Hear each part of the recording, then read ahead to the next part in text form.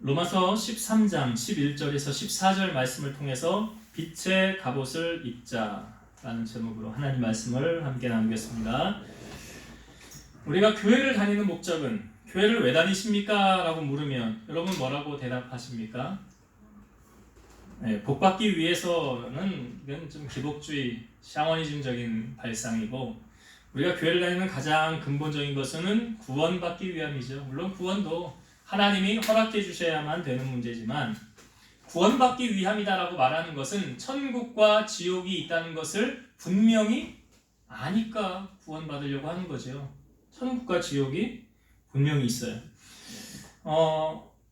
이 예수님께서 양과 염소의 비유를 우리 성경에 보면 해주신 적이 있어요. 오른편에 있는 자들에게 너희는 내가 배고플 때 나에게 먹였고 내가 병들었을 때 와서 돌아보았고 내가 헐벗었을 때 입혔고 내가 굶주렸을 때 먹였느니라. 그러니까 우리가 그 옆에 있는 사람이 우리가 언제 그랬습니까? 주님이 말씀하시기를 지극히 작은 자 하나에게 한 것이 곧 나에게 한 것이니라 그랬어요. 그리고 왼편에 있는 자들에게는 너희는 내가 굶었을 때 나를 먹이지도 않았고 내가 헐벗었을 때 입히지도 않았고 내가 병들었을 때 와서 돌아보지도 않았느니라. 그러니까 언제 우리가 그랬습니까? 주님 똑같이 지극히 작은 자 하나에게 하지 아니한 것이 곧 내게 하지 않은 것이니라. 그리고 나중에 주님께서 이 양과 염소를 교통정리를 다 하십니다. 주님이 임하실 날이 그렇게 멀지 않았다라고 성경은 우리에게 보여주고 있거든요. 주님이 임하시면 이제 다 교통정리 다 되는 거예요. 그때는 뭐 많이 배우고 적게 배운 사람, 재물이 많고 적은 사람 아무 소용이 없어요. 그때는 딱 이거 한 가지로 갈리는 거예요. 너 예수님 믿느냐 안 믿느냐? 예수님이 너의 구주이시냐 아니냐? 그래서 예수님을 나의 구주로 영접하는 사람, 성령 받은 사람이죠. 그 사람은 하나님의 나라, 천국에 가는 것이고 예수님을 구주로 영접하지 않은 사람은 지옥을 가는 거예요. 그러면 주님이 다시 재림하면 그때 이제 모든 것이 다 끝나게 되는 것입니다. 오늘 우리가 읽은 본문의 말씀에 보면 이 주님이 오실 날이 멀었대요? 가까웠대요? 한번 성경을 볼까요? 11절의 말씀 11절 봅니다. 또한 너희가 이 시기를 알거니와 자다가 깰 때가 벌써 되었으니 이는 이제 우리의 구원이 처음 믿을 때보다 가까웠음이라. 또한 너희가 이 시기를 알거니와 자다가 깰 때가 되었다. 이 시기라는 것, 사도 바울도 3층 천을 다녀온 사람이고 하나님의 나라가 있는 것을 목격한 사람이기 때문에 가는 곳마다 그는 예수 그리스도를 증거하고 하나님 나라, 천국과 지옥을 전파했던 사람이죠. 그래서 너희가 이 시기를 알거니와 이제 구원의 때, 다시 말하면 이제 주님께서 다시 오신다고 그랬잖아요. 그 재림의 때. 그 때가 벌써 되었나니, 벌써 되었으니 우리의 구원이 처음 믿을 때보다 가까워졌다. 그러니까 주님이 오실 날이 멀지 않았다라는 말을 이렇게 표현하고 있는 거죠. 갈라디아서 5장 1절에서 3절 형제들아 때와 시기에 관하여는 너희에게 쓸 것이 없음은 여기서 이 때와 시기는 뭐 어떤 때 어떤 시기를 말하는 것입니까? 주님이 다시 오실 때. 주님이 다시 오실 때, 구름 타고 오실 때. 그 때와 시기에 관하여는 너희에게 쓸 것이 없음은 왜 쓸 것이 없느냐? 주의 날이 밤에 도둑같이 이룰 줄을 너희 자신이 자세히 알기 때문이라. 주의 날이 뭘 말하는 거예요? 주님이 다시 이 땅에 오시는 날, 재림하실 날이 어떻게 비유하고 있어요? 밤에 도둑같이. 도둑이 나 내일 너네 집에 뭘 털러 간다 라고 말하는 도둑 없잖아요. 예고 없이 오지 않습니까? 주의 날이 그렇게 온다는 거예요. 그들이 평안하다 안전하다 할 그때에 임신한 여자에게 해산의 고통이 이름과 같이 멸망이 갑자기 그들에게 이르리니 결코 피하지 못하리라. 그러니까 주님이 오셔서 교통정리 하시는데 누구도 예외 없어요. 벗어날 길이 없어요. 다 모든 사람 다 여기에 다 포함되는 거예요.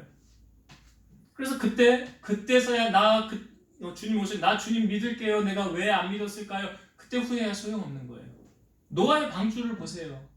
방주를 지어놓고 사람들에게 들어오라고 그랬잖아요. 노아가 들어오세요. 이제 큰 비가 올 겁니다. 노아의 말 아무도 안 믿었어요. 누구밖에 구원 못 받았습니까? 노아와 노아의 아내, 세 아들과 세 며느리 8명.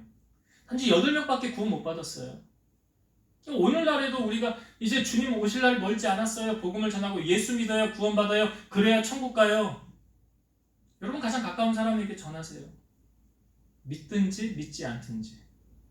나중에 주님 앞에 섰을 때 저는 예수님과 난 이야기 못 들었는데요. 핑계할 수 없어요. 그러니까 주님이 이 땅에 언제 오신대요. 때와 시기에 관하여 우리에게 알려준 것이 없지만 땅 끝까지 복음이 증거되면, 그러니까 누구도 어느 누구도 예수 그리스도라는 이름을 듣지 못한 일이 없도록, 그제서야 그러면 끝이 온다 그러죠. 결코 누구도 거기에서 피하지 못하리라 성경은 말하고 있어요. 그럼 우리는 어떻게 대처하며 살아가야 되는가? 갈라디아서 5장 6절, 그러므로 우리는 다른 이들과 같이 자지 말고 오직 깨어 정신을 차릴지라. 깨어 정신을 차릴지라. 우리가 예배 전에 복음성가 그날이 도적같이 함께 찬양했죠. 그날이 도적같이 이를 줄. 그날이 무슨 날이에요? 예수님 오시는 날. 그걸 찬양한 거예요. 너희는 모르느냐. 늘 깨어 있으라. 잠들지 말아라. 주님과 동행하라. 예수님께서도 이것에 대해서 이렇게 말씀하셨어요. 누가복음 21장 34절, 너희는 스스로 조심하라. 그렇지 않으면 방탕함과 술 취함과 생활의 염려로 마음이 둔하여지고 뜻밖의 그날이 덫과 같이 너희에게 임하리라. 여기서 말하는 그날이 무슨 날이에요? 계속 똑같은 이야기 지금 하는 거예요. 아시죠? 주님 오시는 날, 주님 재림하시는 날. 그러니까 주님 재림하시는 날 너희가 맞이하기 위해서 뭘 조심하래요? 방탕함, 술 취함, 생활의 염려로 마음이 둔하여진다.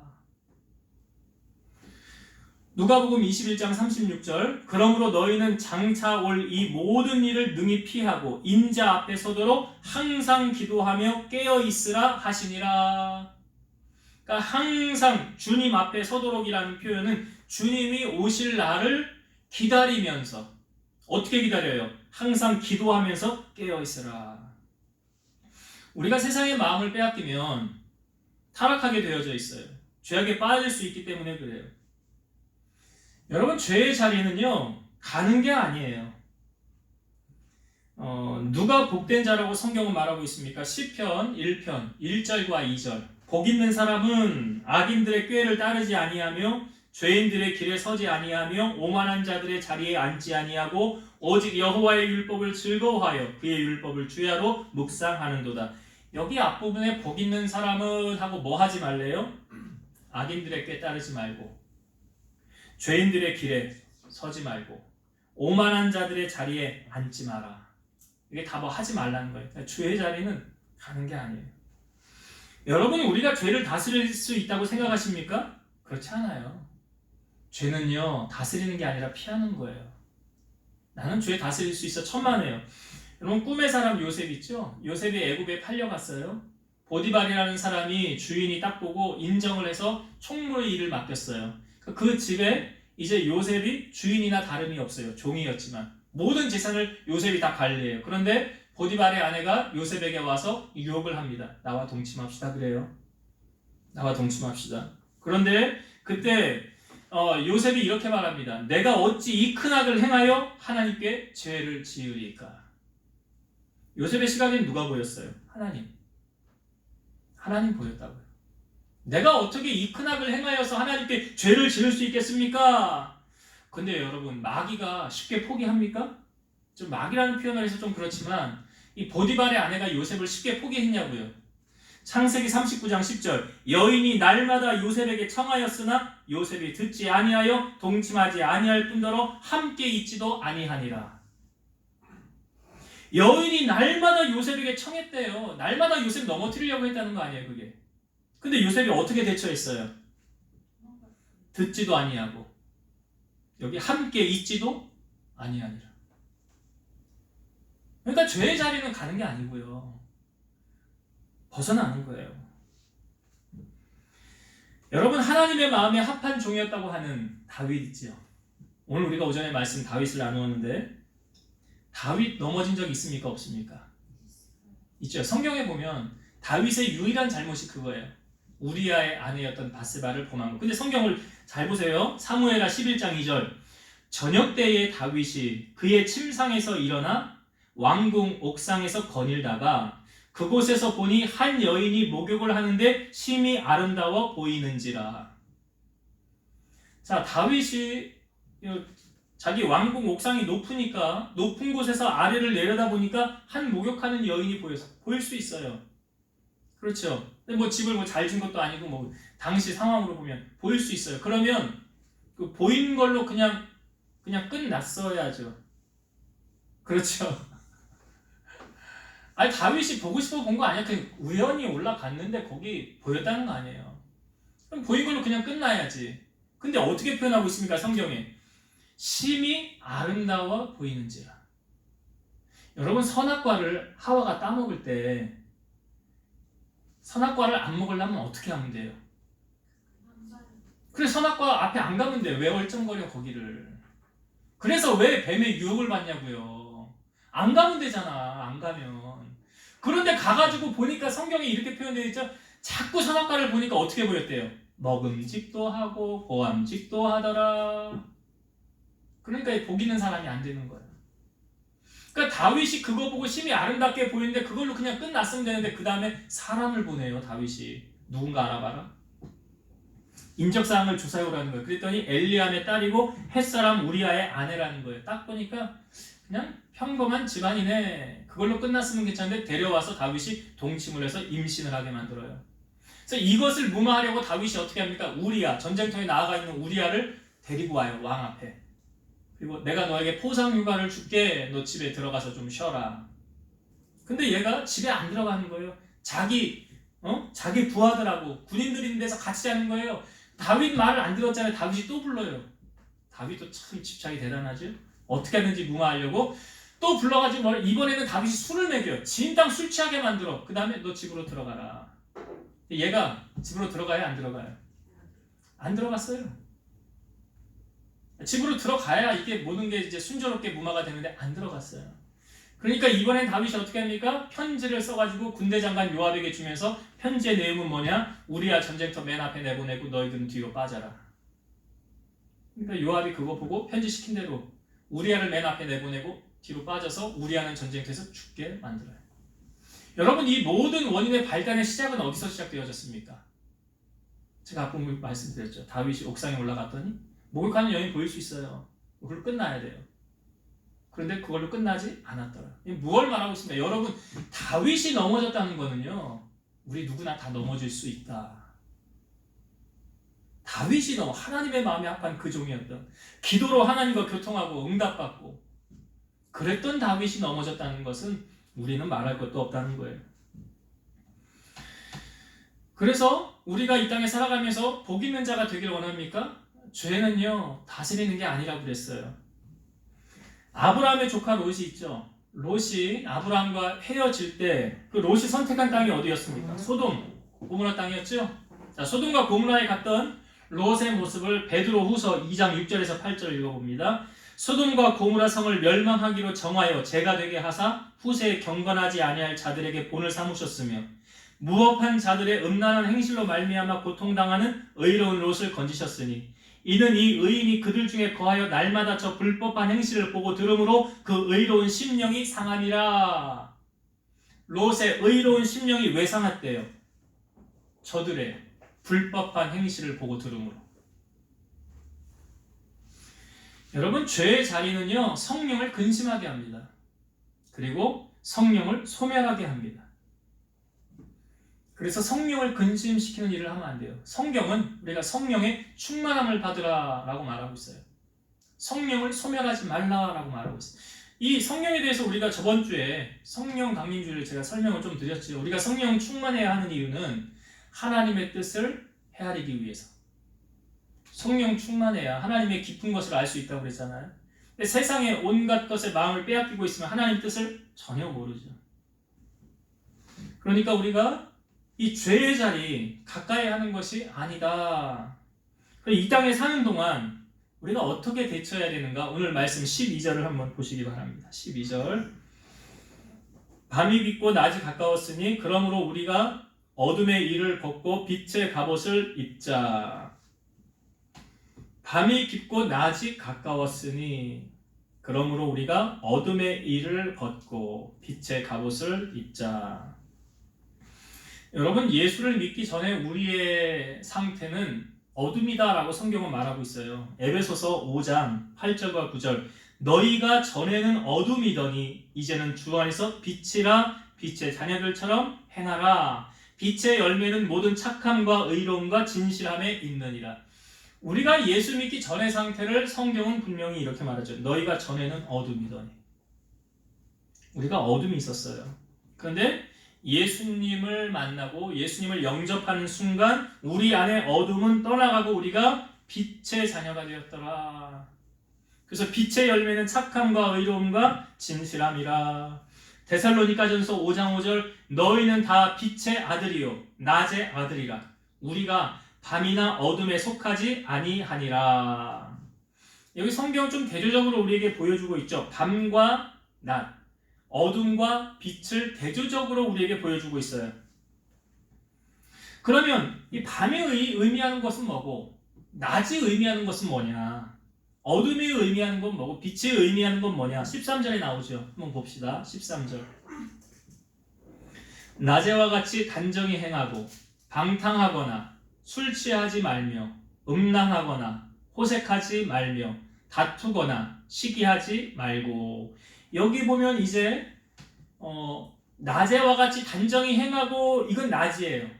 그 다음부터 나오는 건 뭐예요? 밤 이야기라는 거예요. 밤에 일어나는 일들. 뭐 어떤 일이 일어납니까? 방탕하거나 술 취하거나 음란하거나 호색하거나 다투거나 시기하거나. 이건 어둠 속에 은밀히 행해지는 것들이에요. 그러니까 여러분, 하나님이 기뻐하시는 것하고 하나님이 싫어하시는 것하고 지금 대조적으로 보여주고 있지 않습니까? 낮에와 같이 단정히 행하라. 어둠의 일을 벗어버리고 빛의 갑옷을 입어라. 빛의 갑옷을 입으면 어둠의 일을 행하지 않게 되겠지요. 그러니까 빛이 가면 어둠은 물러가게 돼 있잖아요. 그러니까 이 어둠의 일을 우리가 하지 말아야 하는 이유는 무엇이냐? 이게 하나님 나라 가는 거하고 연관이 있기 때문에 그래요.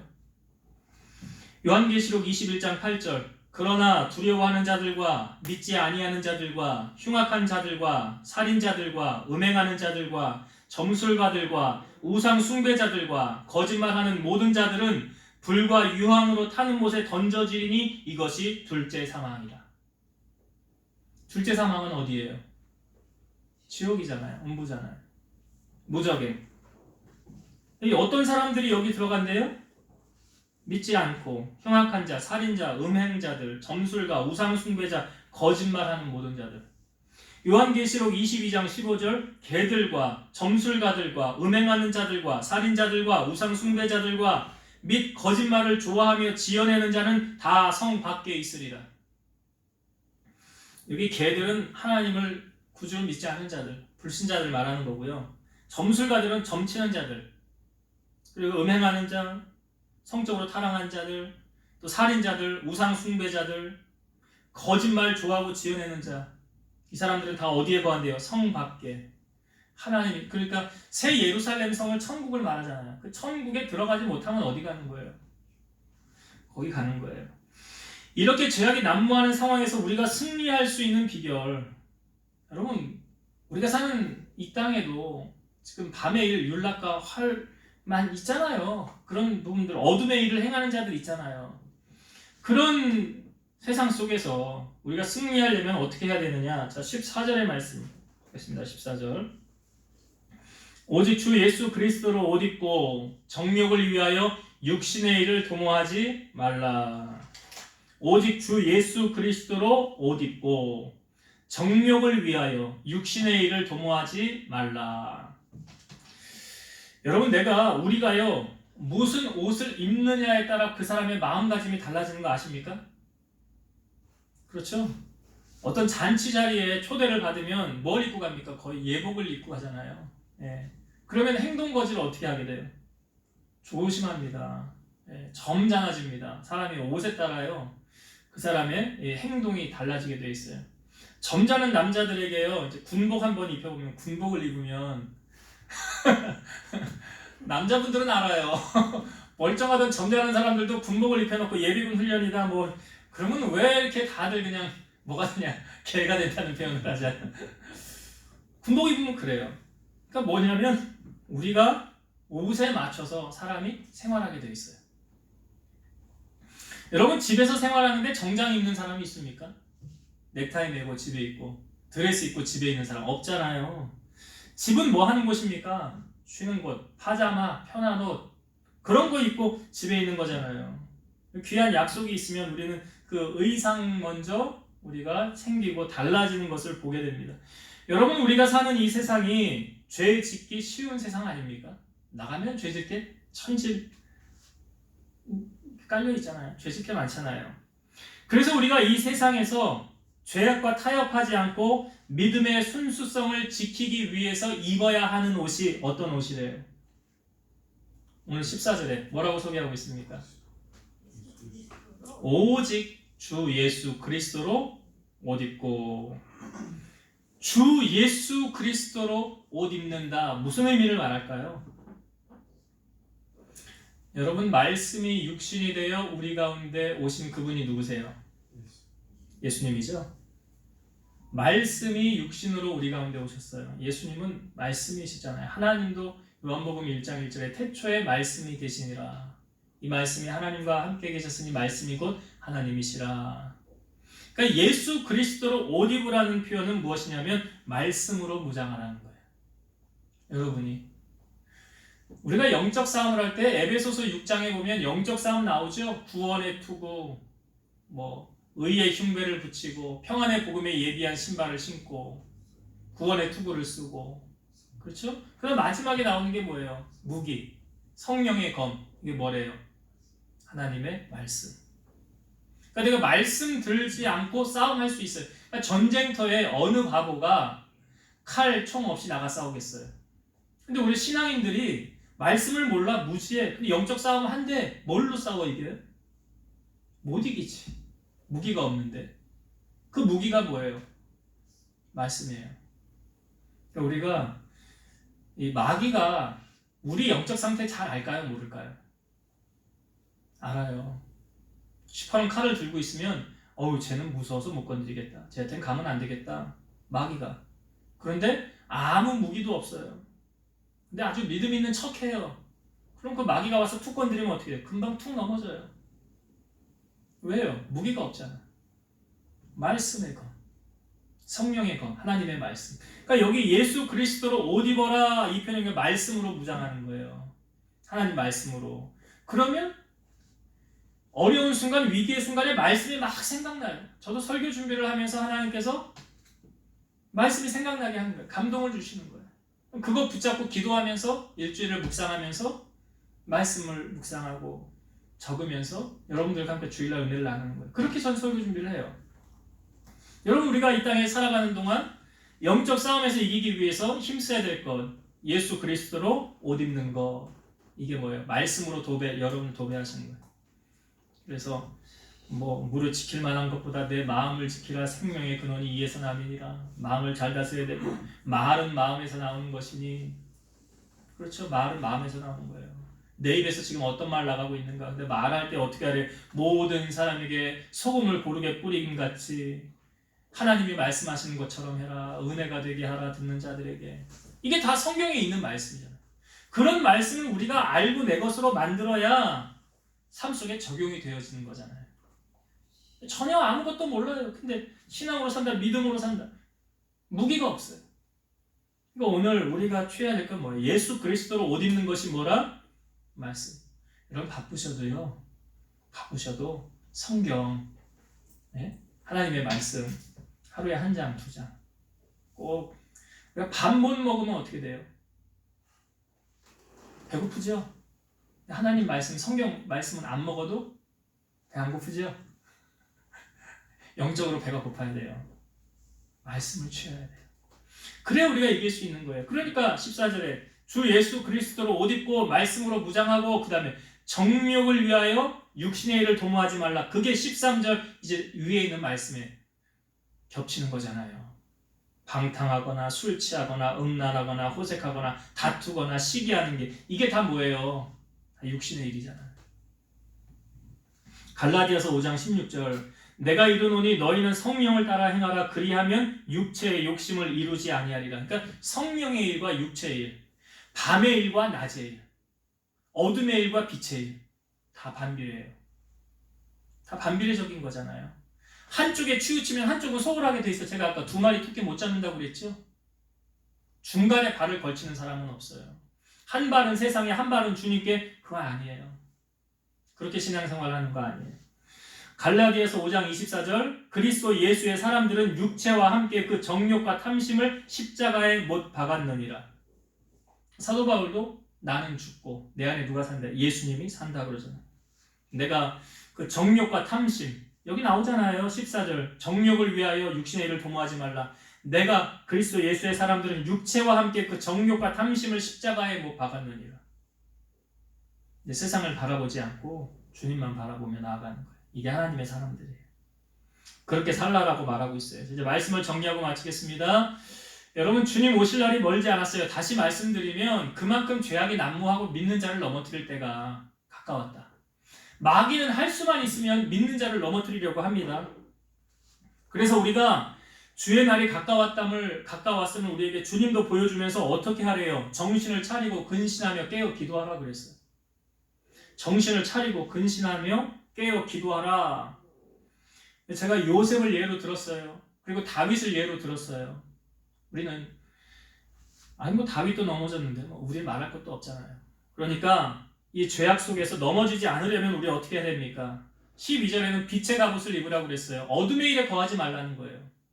그리고 14절은 주 예수 그리스도로 옷 입어라. 무슨 말입니까? 말씀으로 싸워 이겨라 라는 거예요. 경건의 모양만 있고 경건의 능력이 없다면 그건 진짜 크리스찬 아니에요. 가짜예요. 모양만 있으면 안 돼요. 삶으로 행하는 게 능력 아닙니까? 삶으로 살아야 돼요. 그러니까 우리는 가짜 같은 세상에 진짜로 살아가는 믿음의 주역이 돼야 된다. 그래서 여러분들을 통해서 하나님이 보여지고 하나님 나타나지고 살아계신 하나님을 높이는, 그래서 마지막까지 최후 승리하여 하나님의 나라 모두 입성하게 되는 성도님들 되시기를 주의 이름으로 축원드립니다. 기도하시겠습니다. 살아서 역사하신 하나님 감사합니다. 주님 오실 날이 멀지 않았다라고 말씀하고 있습니다. 구원의 때가 멀지 않았사오니 우리를 하여금 정신을 차리고 근신하며 깨어 기도하라고 하셨습니다. 다시 오실 주님 맞이할 준비하며 저희를 세상의 죄악에 물들지 않게 하시고 낮에와 같이 단정히 행하게 하시고 빛의 갑옷 또 예수 그리스도로 옷 입어서 죄악과 타협하는 저희들이 아니라 구별된 삶으로 하나님이 기뻐하시는 삶으로 영광 돌리며 살아가는 우리 성도들 되게 하여 주옵소서. 이제는 우리를 모든 죄악 가운데서 구속하신 예수 그리스도의 은혜와 하나님의 무한하신 사랑과 성령님의 내주 교통 인도 역사 충만케 하시니 사랑하는 성도들 머리 위에 저들의 가정 위에 이 재단과 나라와 민족 위에 이제로부터 영원토록 함께 있을지어다. 아멘.